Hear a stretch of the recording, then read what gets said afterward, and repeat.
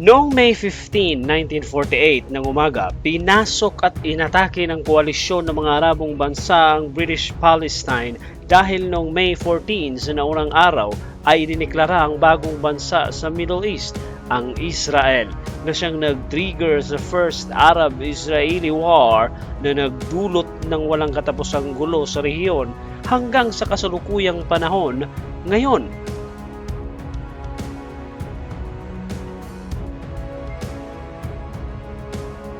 Ito ang kwento ng First Arab-Israeli War, ang pagtatag ng bansang Israel, kung bakit gano'n na lang ang galit ng mga Arabo sa mga Hudyo, digmaan ng mortal na mag-aaway, agawan ng teritoryo, matira ang matibay.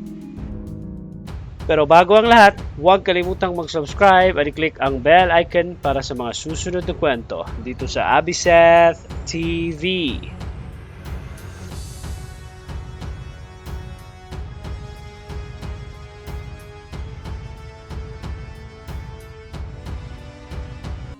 Noong 1907, nagbigay ng panukala ang Britanya na magtatatag sila ng buffer state sa Palestine sa Middle East, kung saan doon nila ilalagay ang mga Hudyo na nakakalat sa iba't ibang bahagi ng mundo, partikular sa Europa.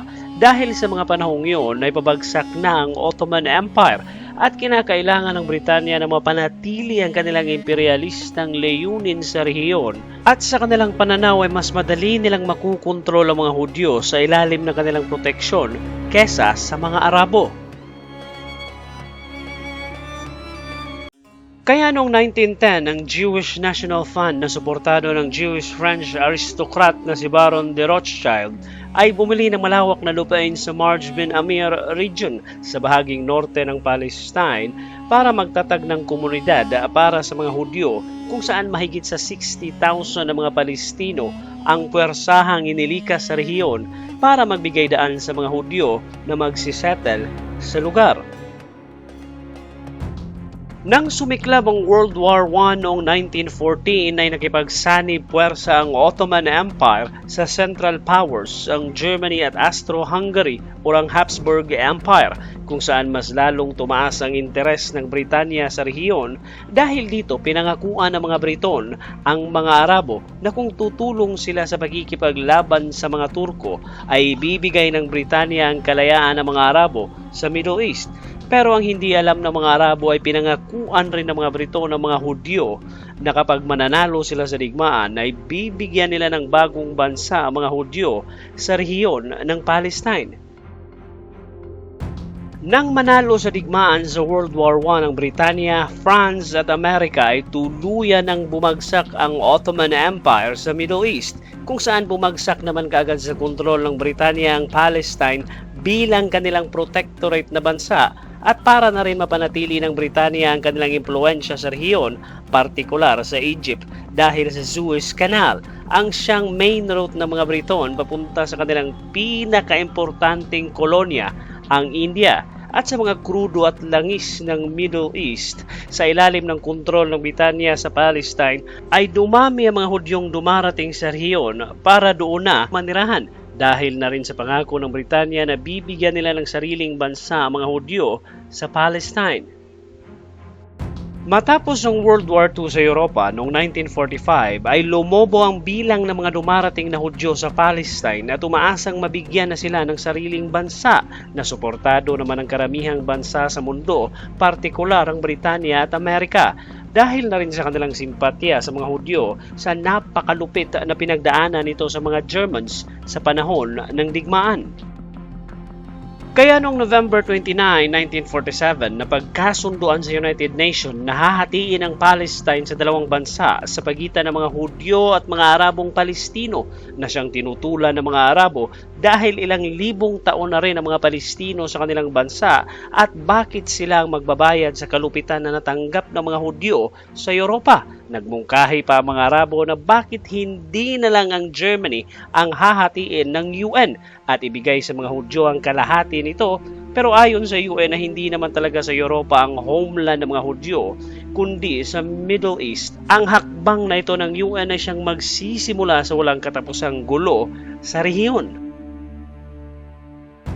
Noong May 14, 1948, 8 oras bago mag-expire ang British mandate sa Palestine, idineklara ni David Ben-Gurion ng formal na pagtatag ng bansang Israel, kung saan si Ben-Gurion ang pinakaunang prime minister nito.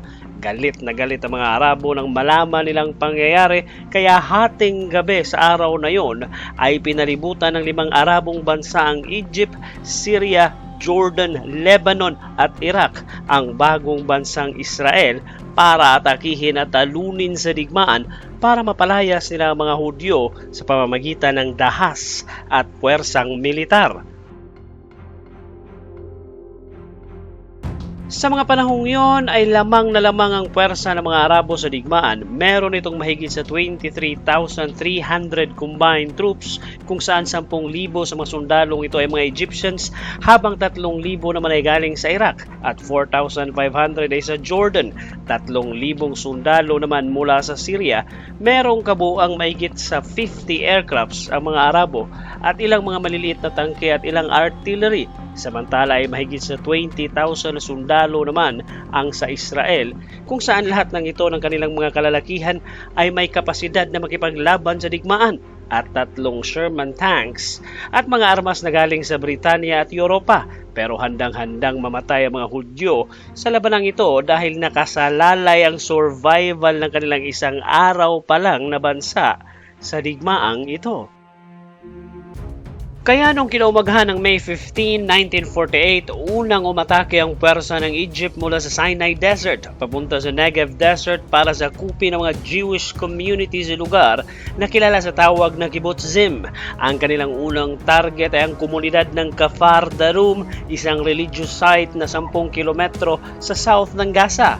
Binomba kagad ng mga Egyptians sa mga Hudyo gamit ang kanilang mga artillery at sinundan ng pag-atake ng kanilang 8 tangke na suportado ng Egyptian infantry. Pero sinalubong ito ng mga Hudyo gamit lamang ang mga Molotov cocktails o mga pinagkukumpuni-kumpuning mga bote na may mga pampasabog at mga flammable materials para maparalyze ang 8 tangke ng mga Egyptians. Nahinto rin ang pag-atake ng mga Egyptians sa kalapit na komunidad ng Kibbutz Subnerim dahil sa mga Molotov cocktails ng mga Hudyo. Inihahagis nila sa papa-advance na 1,000 Egyptians. Dahil sa pangyayari, nagdesisyon ang general ng Egypt na i-bypass na lang ang lugar at dumiretso na sa bahaging norte ng Israel, kung saan nandun ang gobyerno ng mga Hudyo, para mapasuko nila kagad ang Israel sa digmaan. Sa parehong oras ay niratrat ng 5 Egyptian aircrafts ang mga airfields sa syudad ng Tel Aviv. Pero dumiretso ang mga Egyptian aircraft sa Ramat David Airfield na kontrolado ng Britanya at niratrat ang mga aeroplano sa lugar na pagmamay-ari ng Britanya na naging dahilan sa pagsali ng mga pilotong Briton sa labanan at madaling pinabagsak mga Egyptian aircraft sa bakbakan. Sa katapusan ng May, wala ng aircraft ang Egyptian Air Force matapos itong wasakin ng mga Briton sa kanilang mga dogfights. Samantala sa coastal road sa bahaging west ng Israel ay patuloy na nag-advance ang puwersa ng Egypt, pero napigilan ito ng mga Hudyo na nakapwesto sa mataas na bahagi ng isang burol. Sa loob ng 5 araw ay hindi makapag-advance ang mga Egyptians sa lugar dahil sa napakatibay na pwesto at depensa ng mga Hudyo, pero dahil sa Egyptian reinforcement ay napilitang umatras sa mga Hudyo panorte sa syudad ng Tel Aviv na hinabol naman ng mga Egyptians, pero huminto ang mga Egyptians sa bayan ng Isdod na merong 30 kilometers ng layo mula sa syudad ng Tel Aviv. Kinahaponan ng May 29, nag-counter-attack ang mga Hudyo ang Operation Flashnet gamit ang bago at kakarating lang nilang mga aeroplano ang Czech Avia S-199 at binomba ang bayan ng Isdod, kung saan ando nakatambay ang puwersa ng Egypt. Sinundan ito ng 2,000 sundalo ng Israel ang umatake sa mga Egyptians. Kaya isang madugong bakbakan kagad ang naganap. Nagpanik naman kagad ng Egyptian General na si General Al-Muawi at nagbigay ng report sa Cairo na hindi na sila makakapag-advance pa dahil meron ng mga aeroplano ang mga Hudyo at natatakot ang kanilang mga sundalong mag-advance dahil wala na silang air support dahilan sa pagka-stalemate sa Southern Front ng labanan.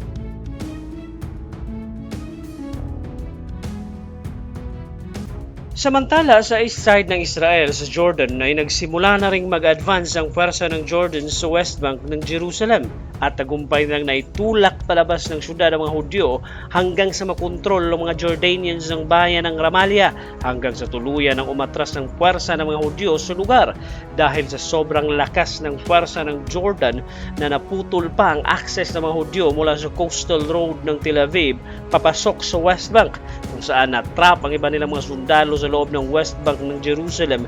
Kahit ganun pa man ay patuloy pa rin sa pagkikipaglaban ng puwersa ng Israel na natrap sa loob ng Jerusalem hanggang sa bumaliktad ang sitwasyon at naitulak pa atras ng mga Hudyo ang mga Jordanians sa bahaging norte ng Jerusalem. Pero nag-counter-attack muli ang mga Jordanian hanggang sa 30 sundalo na lang ng mga Hudyo ang natira na nagdesisyong sumuko na lang sa mga Jordanian na tinanggap naman kagad ng mga Jordanian. Sa mga sumunod na araw ay sunod-sunod na umatake ang reinforcement ng Israel sa Holy City. Pero sunod-sunod rin ang kanilang pagkatalo sa mas experienced na mga sundalo ng Jordan.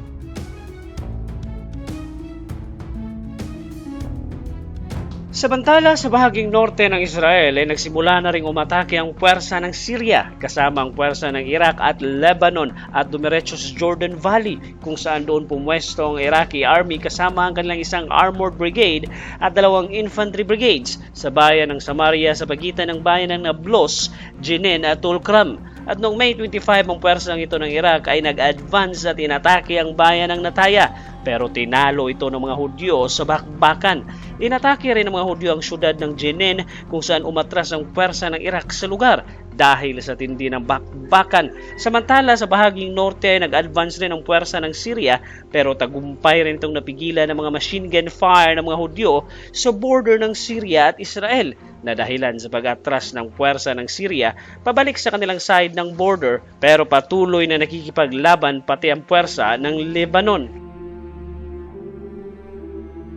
Dahil ayaw sumuko ng mga Hudyo at ayaw rin namang sumuko ng mga Arabo ay nagbigay na ng ceasefire order ang UN sa loob ng 4 na linggo para pag-usapan muna nila ang sitwasyon para mabigyan ng solusyon ang problema at maiwasan ang paglobo ng casualties sa magkabilang side. Pero sa loob ng 4 na linggong ito ay bumaha ang tulong sa Israel. Mahigit sa 25,000 rifles ang dumating sa mga Hudyo, 5,000 machine guns at 50 million rounds of ammunition na galing sa Czechoslovakia at ilang mga armored cars. Kaya nang matapos ang 4 na linggong truce ay nagulat ang mga Arabo sa napakalakas na ng puwersa ng Israel. Sa kanilang paniniwala ay niloko lang sila para i-reinforce ng mga Hudyo na malapit na sana nilang matalo sa digmaan. Kaya nagpatuloy ang bakbakan at nahirapan ang talunin ng mga Arabo ang mga Hudyo. Nabuksan pang muli ng mga Hudyo ang route papunta sa mga Jewish communities na natrap ng mga Egyptian army sa Negev Desert. Samantala sa norte ay tagumpay na nakuhang muli ng mga Hudyo ang Sea of Galilee mula sa mga Lebanese at tagumpay na naitulak pa norte ng mga Hudyo ang puwersa ng mga Arabo palabas sa kanilang border. Noong July 18, nagpatupad na namang muli ng truce ng UN sa magkabilang side para matapos na ang digmaan, pero sa panahong iyon ay lumawak na ang teritoryo ng Israel. Nadagdagan na ito ng 1,000 square kilometers dahil sa kanilang tagumpay matapos ang unang truce.